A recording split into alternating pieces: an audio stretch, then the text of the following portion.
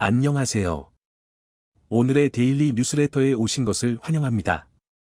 1. 투르키예의 과감한 결단. 2. 한국은 무섭다. 3. 한국의 힘은 통제불능이었다. 한번 진실을 알아봅시다. 한국의 배터리 생산 기술은 최근 몇 년 동안 상당한 발전을 이루었으며 전 세계적인 영향력을 행사하며 다른 많은 국가들로부터 관심과 협력 제안을 받고 있습니다. 한국은 선진적이고 효율적인 배터리 생산 기술을 개발하는 데 성공하여 다양한 종류의 배터리의 성능을 향상시키고 가격을 낮추는 데 중요한 역할을 하고 있습니다. 이 기술은 중요한 혁신을 이뤄내어 한국을 글로벌 배터리 산업의 선두주자로 만들었습니다. 한국 기업들은 선진적인 배터리 기술의 연구 및 개발에 큰 투자를 하여 다양하고 고품질의 제품을 만들어냈습니다. 얇고 가벼우며 고성능의 배터리 생산 기술은 모바일 장치, 전기 자동차, 태양 에너지 시스템 등 다양한 분야에서 널리 사용되고 있습니다. 이러한 발전은 사용자들에게 큰 이익을 제공하면서 동시에 환경에 부정적인 영향을 최소화하는 데 도움이 되었습니다. 뿐만 아니라 한국의 배터리 생산 기술은 성능 향상뿐만 아니라 안전성과 지속 가능성을 강화하는 것을 목표로 하고 있습니다. 한국 기업들은 엄격한 품질 관리 조치를 시행하고 고급 생산 기술을 적용하여 배터리의 신뢰성과 내구성을 보장하고 있습니다. 이로써 한국은 견고한 평판을 구축하고 세계적으로 신뢰할 수 있는 배터리 기술 파트너가 되었습니다. 튀르키예의 깜짝 파격 제안에 한국은 초대박 나고 미국은 한순간에 초토화되어 버렸습니다. 형제의 나라 튀르키예가 한국을 향해 상상조차 못했던 엄청난 제안을 한 것인데요. 보조금을 주겠다며 한국 기업들을 미국에 투자하도록 꼬신 뒤 막상 투자를 하니 보조금을 공짜로 줄 수 없다며 말을 바꾼 바이든과는 달리 튀르키예는 한국에 화끈한 결단을 내려주었습니다.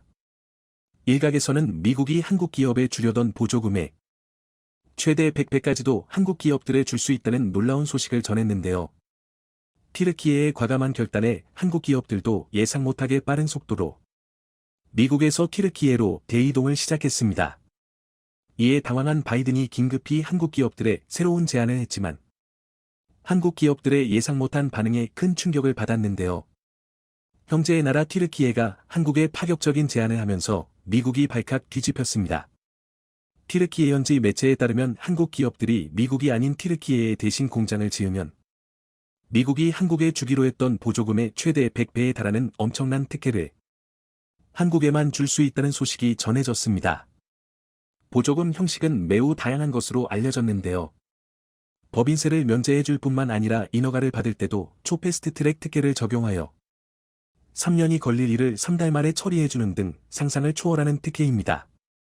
LG에너지솔루션은 LG화학 시절 1999년에 리튬이온 배터리 원통형 양산에 성공한 이래 2000년에 미국 연구법인 설립에 성공, 미주 시장 공략에 착수했습니다. 2009년에 세계 최초로 양산형 전기차 배터리를 공급했고 2012년에 미국 전기차 배터리 공장을 준공했으며 2013년에 세계 최초로 미래형 배터리를 개발했고 2017년에 폴란드에 전기차 배터리 공장을 준공했습니다. 가장 과감한 결단은 GM과 전기차 배터리 합작법인 얼티엄셀즈를 설립하고 21년에는 스텔란티스와 전기차 배터리 합작법인 설립을 주도하면서 해외 시장 공략에 적극 나서고 있는 점입니다. 그리고 지난달 LG에너지솔루션이 미국 애리조나 배터리 공장 건설을 보류해서 재추진으로 방침을 바꾸면서 7조 2천억 원에 달하는 최대 규모 투자를 결정했습니다. LG에너지솔루션은 이번에 애리조나 원통형 배터리 독자 생산 공장 건설을 재개하고 투자 금액 및 생산 규모를 각각 4조 2천억 원, 27GWh 기가와트시로 대폭 확대하기로 했습니다. 여기에 같은 부지 내에 3조 원을 별도 투자해 총 16GWh 규모의 에너지 저장 장치 ESS 리튬인 산철 LFP 배터리 생산 공장도 건설하기로 했습니다.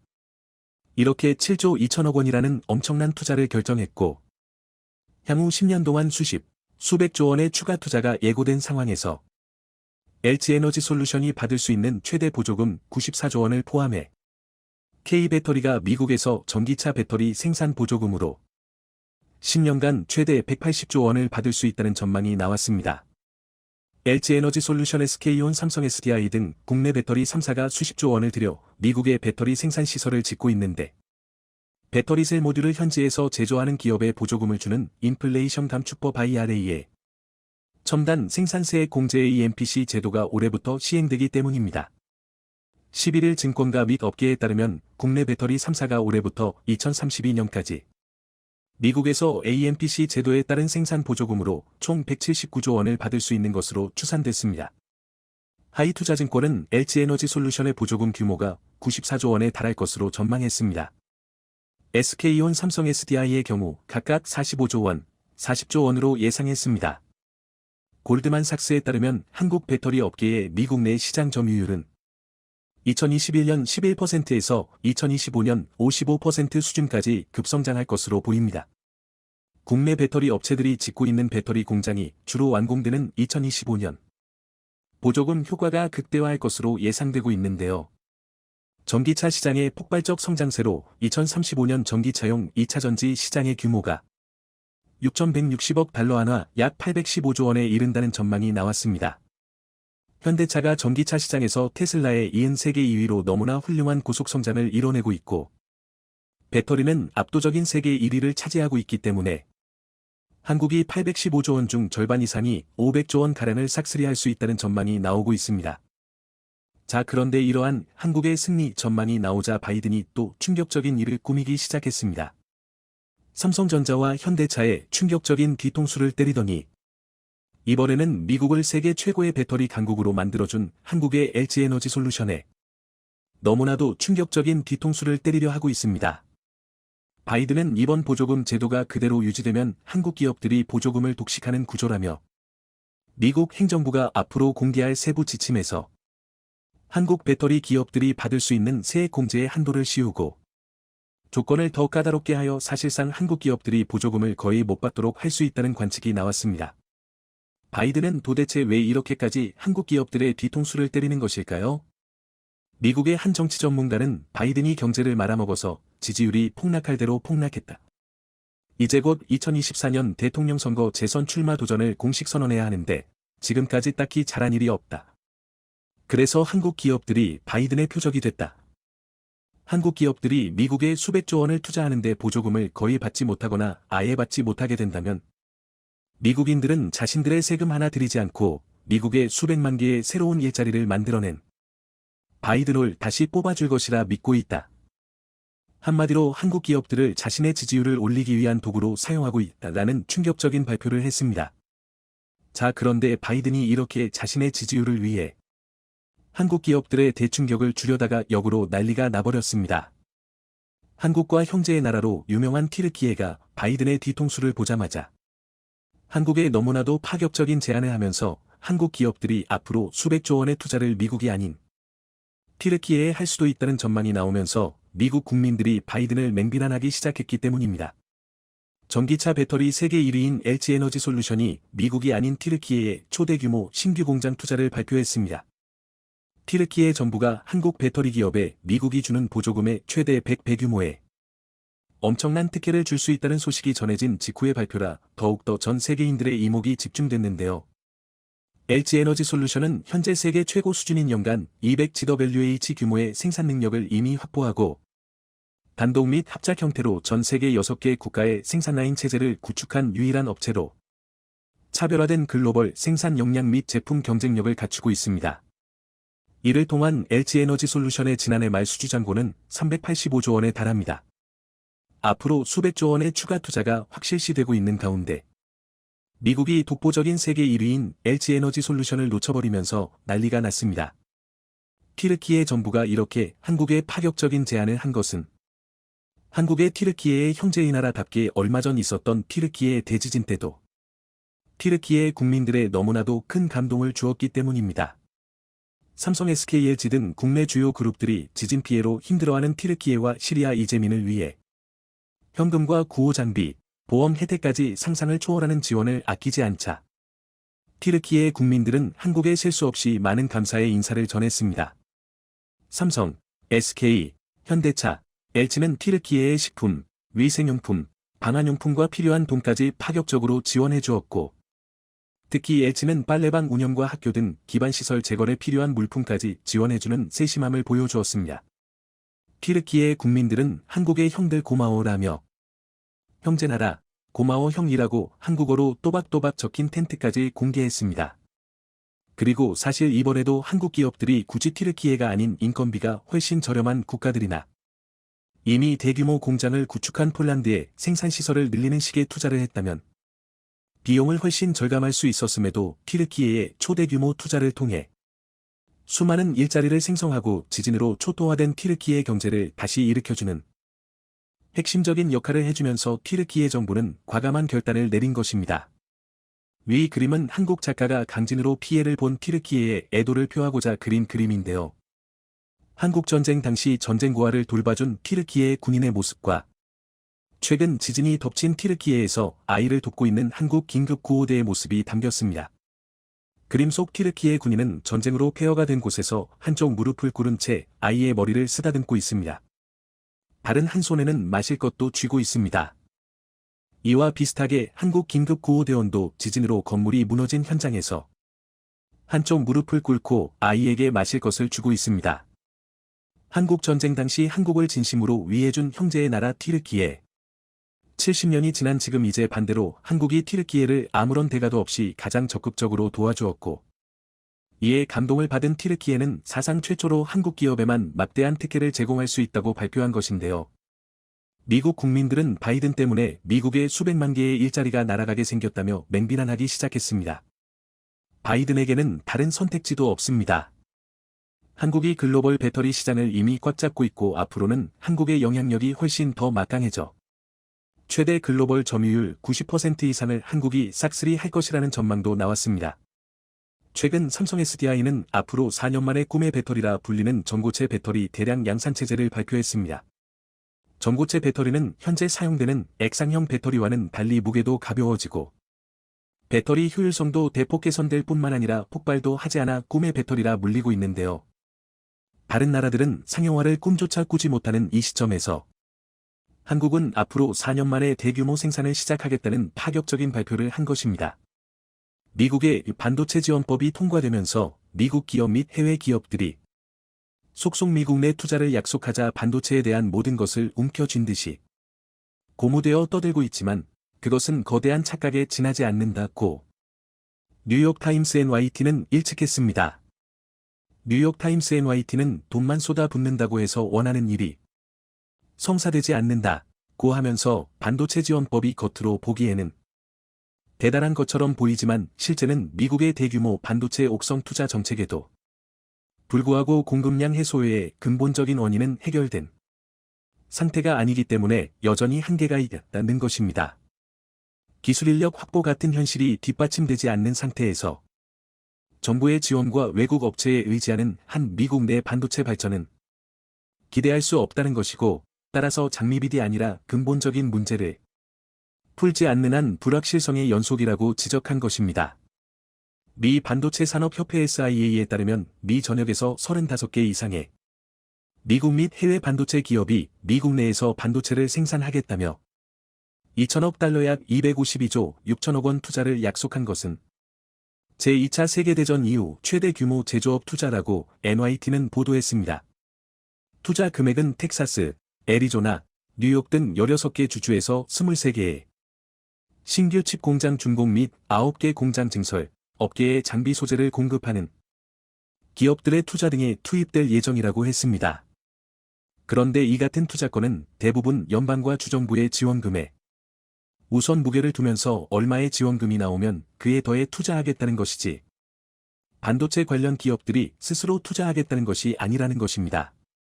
또한 기존의 확장 계획이나 관리 비용이 투입되는 것까지도 새롭게 투자하는 것처럼 부풀리고 있다는 지적도 있습니다. 정부에서 반도체 관련해 대규모로 지원하겠다는 정책에 편승하겠다는 그 뒷면을 자세하게 보라는 의미입니다.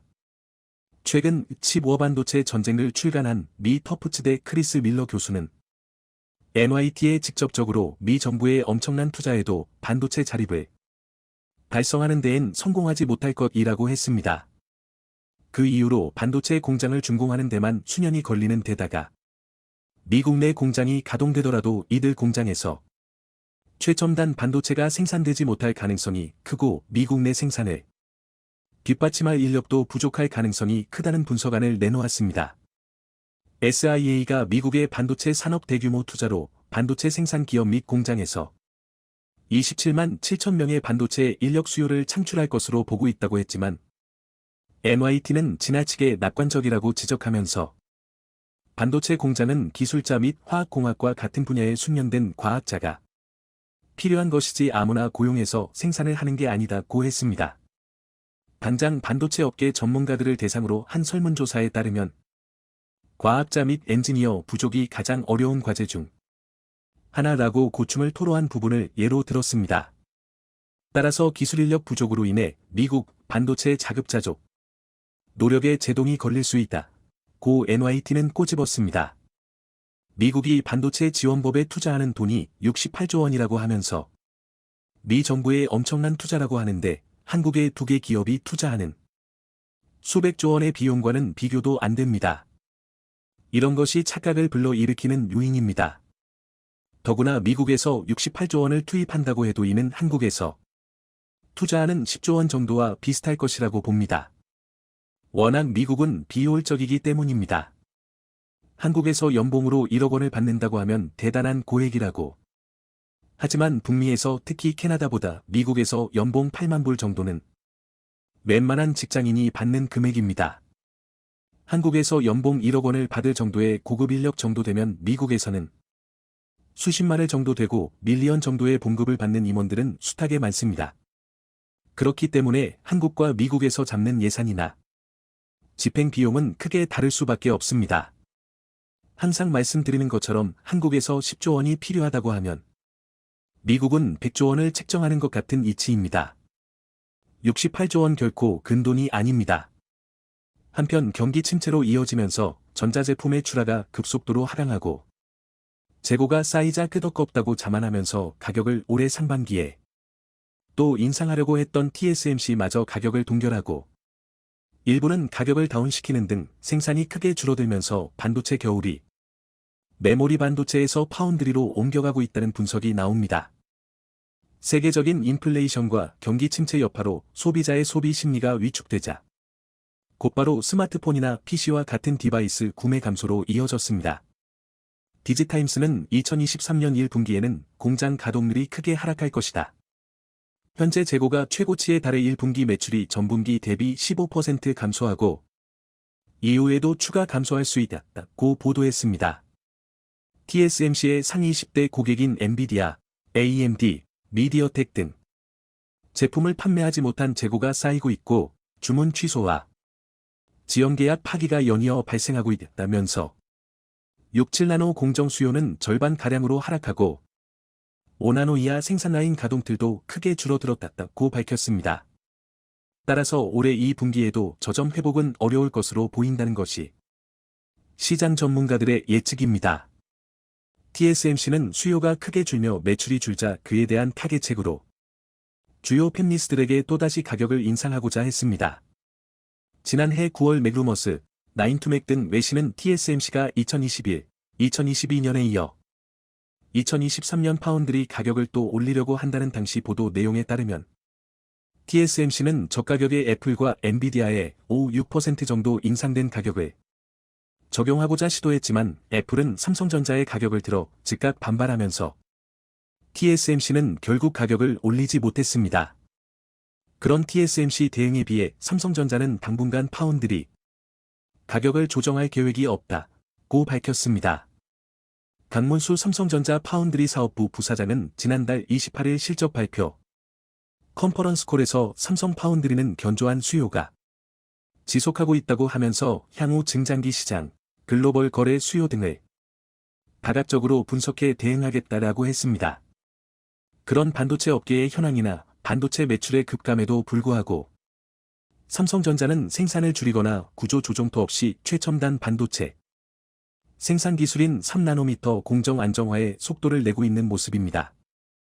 이 EUV 극자외선 노광 장비의 수를 비약적으로 높일 열쇠 중 하나로 언급되는 핵심 장비 펠리클이 올해부터 삼성전자 최신 공정의 테스트로 적용되면서 TSMC와의 경쟁 구도에서 우위를 차지할 수 있을 것이라는 전망이 나옵니다. 29일 반도체 업계에 따르면 그동안 투과율 90%를 뛰어넘어 경이적인 94%를 목표로 연구개발에 투자해온 SNS텍은 현재 목표치에 거의 근접한 상황으로 올해 상반기부터 삼성전자의 요구 사양을 맞출 수 있다는 것이 거의 확실시되고 있는 것으로 알려지고 있습니다. 회사 내부 사정에 밝은 관계자는 펠리르 양산을 위한 공장 설립이 거의 마무리 단계이며 장비 발주가 시작된 것으로 알고 있다고 했습니다. SNS텍은 삼성전자가 투자한 소부장 협력사 중 가장 많은 자금을 유치한 기업으로 2019년부터 EUV 시대 전환에 맞춰 EUV용 블랭크 마스크와 펠리클 개발을 진행해왔습니다. 펠리클이란 반도체 회로가 새겨놓은 유리기판 즉 포토마스크에 초미세한 먼지가 붙지 않도록 보호하는 얇은 필름을 지칭합니다. 호흡을 하면서도 미세먼지나 해로운 물질을 흡입하지 않기 위해 마스크를 쓰는 것과 비슷한 원리입니다. EUV 공정에서 펠리클의 유무 차이는 상당히 큽니다. 반도체 업계 관계자는 EUV 노광 공정은 매우 섬세한 과정인데 특히 회로가 그려지는 포토마스크의 오염이 수울 저하의 큰 원인이 된다고 했습니다. 특히 반도체 회로가 그려지는 포토마스크의 가격이 개당 수억 원을 넘나들기 때문에 투과율이 높은 펠리클을 사용한다면 수울 자체를 끌어 올릴 수 있기 때문에 전체적인 생산 비용을 줄일 수 있게 된다고 설명했습니다. 즉 EUV 장비는 미세한 파장의 빛이 거울에 반사하는 원리로 회로를 그리기 때문에 빛을 일정한 수준으로 유지하는 것이 중요한데 이 과정에서 가장 중요한 것이 바로 펠리클의 투과율이라는 것입니다. 삼성전자는 이런 광원 손실을 최소화하기 위해서 80%가 아닌 펠리클 투과율의 한계를 깬 90% 이상을 주문해온 것으로 알려져 있습니다. 반도체 업계 한 관계자는 현재 투과율 90% 이상의 펠리클은 아직 어떤 반도체 기업도 도입하지 못하고 있다고 했습니다. TSMC도 낮은 생산성을 감수하면서 어쩔 수 없이 80%대의 투과율을 가진 펠리클을 사용하고 있다며 삼성전자의 협력사가 투과율 90% 이상의 펠리클을 적용할 경우 TSMC와의 경쟁에서 더욱 유리한 고지를 점할 수 있을 것이라고 전망하고 있습니다. 지난 2000년대까지는 세계화의 분위기 속에 자국 공장이 아니라 인건비가 저렴하고 환경 규제가 거의 없는 지역으로 공장과 일자리가 몰려갔습니다. 그 결과 중국이 가장 큰 혜택을 보면서 지구 역사상 전례 없는 경제 발전을 이뤄내 단기간에 글로벌 패권을 놓고 미국과 경쟁하는 국가로 성장했습니다. 그런데 중국은 국가 경제가 발전하고 군사력이 커질수록 주변국에 대한 압박과 견제가 강력해졌으며 급기야 2030년엔 국내 총생산 GDP를 기준으로 미국을 넘어서겠다는 포부를 드러내자 패권을 놓치지 않기 위한 미국에서도 상당히 다급한 움직임을 보이고 있습니다. 특히 명목상 중국을 견제한다는 정책이 오히려 한국을 비롯한 유럽과 서방의 동맹국들에게도 경제적 손해를 입히게 되는 가운데 얼마 전엔 기존의 인플레이션 감축법안인 IRA를 뛰어넘는 8년간 2,800조에 달하는 시장을 독차지하겠다는 입장을 내놓았습니다. 미국의 바이든 대통령은 2월 7일 워싱턴의 하원 본회의장에서 국정연설을 진행했고 대통령의 이름으로 미국의 도로와 다리 그리고 고속도로는 전부 미국 제품으로 만들어질 것이라고 천명했습니다. 그리고 추가적으로 필요한 목재와 철강부터 케이블까지 미국산 제품의 사용을 보장할 것이라며 이는 새로운 국제무역 규칙과 완전히 일치한다고 강조했습니다. 바이든 대통령이 천명한 바이 어메리컨의 핵심은 그동안 미국의 산업계를 점령한 중국산 소재에서 탈피해 자체적인 구매 조달 시장을 구축하겠다는 의도로 자국산 소재를 적극 활용해 중국으로 가는 경제적 이익을 원천 차단한다는 입장입니다. 미국의 이번 결정으로 인해 앞으로 미국 내 건설 토목과 같은 인프라 사업이 활기를 띨 전망이며 그 규모는 자그마치 2,800조 원에 달한다는 시장조사 기관의 분석 결과가 나왔습니다.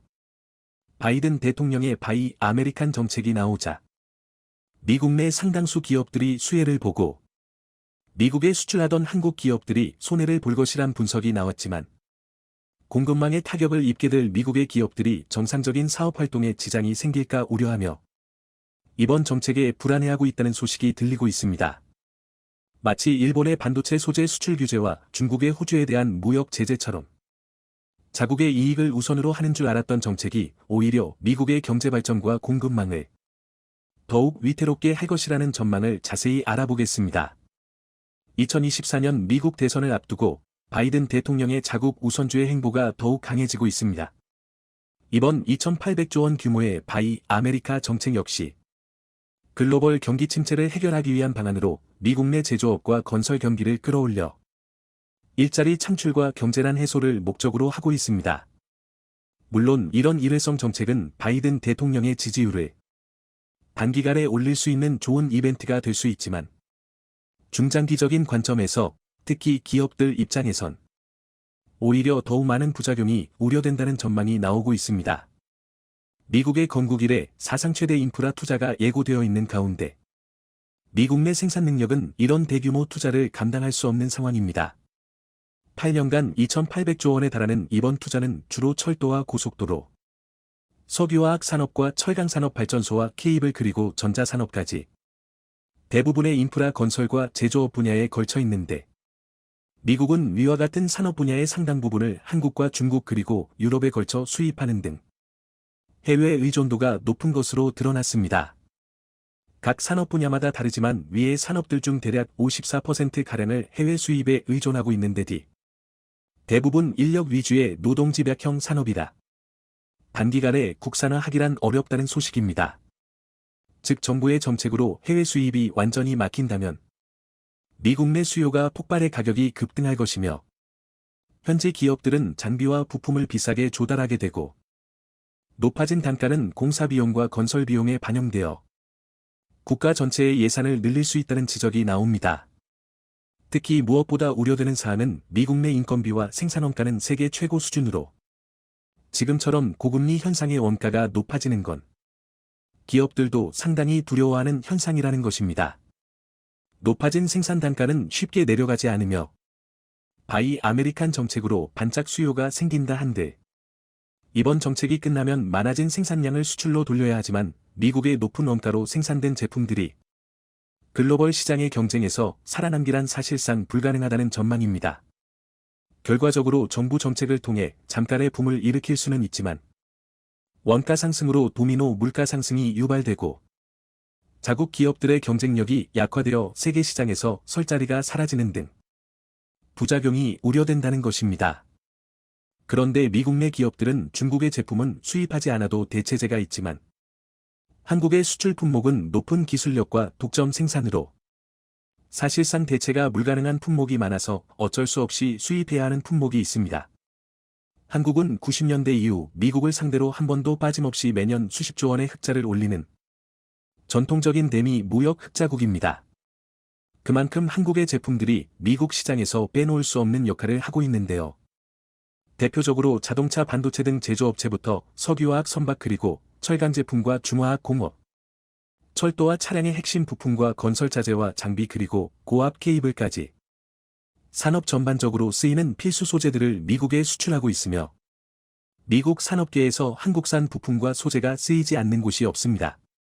또한 저렴한 가격으로 수출하는 중국과는 다르게 한국의 제품들은 품질과 기술력을 갖춰 대체하기 어려운 상품들이 대부분입니다. 이번 정책에 우리나라 철도와 철강 수출 건설 자재와 장비 기업들과 발전소에 필수적으로 납품되는 케이블 관련 기업들까지 타격을 받을 것이란 우려가 나오지만 미국의 기업들이 수혜를 받을 것이란 주장엔 의문이 제기되고 있는 상황입니다. 미국의 기업들이 생산하는 제품들이 애초에 품질이 뛰어나고 가격이 저렴했다면 한국산 제품을 수입해 사용할 일이 없다는 것으로 이미 미국산 제품은 원가와 기술력 면에서 뒤처져 있다는 상황입니다. 이미 미국산 원자재를 사용한다는 방침에 한국 이외의 중국산 대체재를 쓸 수도 없으며 자체 개발하거나 생산하는 방법밖에 없는데 1인당 국민소득 세계 최상위권에 있는 미국이 노동집약형 산업에서 경쟁력을 가지기란 불가능에 가깝다는 지적입니다. 건설 장비 업체들은 이번 정책이 오히려 좋은 기회가 된다는 입장입니다. 미국 수출 비중이 상당한 국내의 중장비 제조업체인 두산 밥켓은 아예 미국 현지에 생산 공장을 보유하고 있어 오히려 미국산 우선 정책이 실현되면 수혜를 보게 될 기업으로 알려져 있습니다. 마치 미국의 IRA 정책으로 전기차와 배터리가 미국 내 생산 조건을 만족해야 한다는 조항 때문에 오히려 한국의 배터리 기업들이 미국 시장을 점령하게 된 상황과 비슷하게 흘러가고 있습니다. 현재 미국 내 배터리 기업들은 사실상 없다시피 하며 유일하게 테슬라만이 자체적인 배터리 생산 시설을 구축하겠다 발표했지만 원재료 공급망부터 공장 건설과 배터리 관련 기술력 확보까지 산 넘어 산 수준이라고 알려졌습니다. 테슬라는 전기 차량 주행 관련 소프트웨어와 자율주행 시스템 소프트웨어에 강점이 있지만 배터리 산업은 사실상 화학 분야이기에 테슬라가 기존에 고수하던 분야와는 거리가 있어 공격적인 시장 진출과 확장이 불가능해 결과적으로 한국 기업 배터리에 더욱더 의존하게 된다는 전망입니다. 이 밖에도 연간 수출 물량 270만 톤으로 쿼터제가 적용되고 있는 철강업계는 이번 정책에 큰 영향이 없는 것으로 알려졌습니다. 특히 가장 큰 수혜를 입는 쪽은 태양광과 수력풍력 발전 기업이 될 것이란 분석이 나오는데요. 먼저 미국 내 태양광 시장은 한국 기업들이 사실상 점령하고 있으며 중국에만 공장을 가지고 있는 중국계 태양광 업체들이 퇴출되는 수순이다. 미국 내 공장을 확보한 한국 기업들의 시장 지위는 더욱더 튼튼해질 것으로 보입니다. 여기에 추가적으로 발전용 터빈 장비와 같은 경우엔 국내 경쟁 업체들 이외에도 미국에 공장을 가진 기업들이 없어 바이 아메리칸 정책이 실시된 이후에도 수출이 가능할 것이란 전망이 나오고 있습니다. 여기에 우리 기업들 중 일부는 바이든 행정부의 이번 정책을 지켜보다가 미국 내 공장 건설을 추진할지 여부를 결정한다는 입장입니다. 한국 기업이 미국에 진출하면 얻게 되는 이점이 있습니다. 먼저 이번 인프라 사업의 5G 통신망을 비롯한 광대역 통신망도 수십조 원으로 포함되어 있는데 미국의 5G 통신 장비는 사실상 삼성전자가 대부분을 공급하고 있을 정도로 압도적인 비중을 차지하고 있습니다. 2018년을 기준으로 미국 내 통신 장비 점유율은 중국이 50%로 1위였지만 국가안보와 직결된 통신 장비 사업을 중국에 맡길 수 없다는 미국의 정책으로 대거 한국산으로 수요가 옮겨오고 있습니다.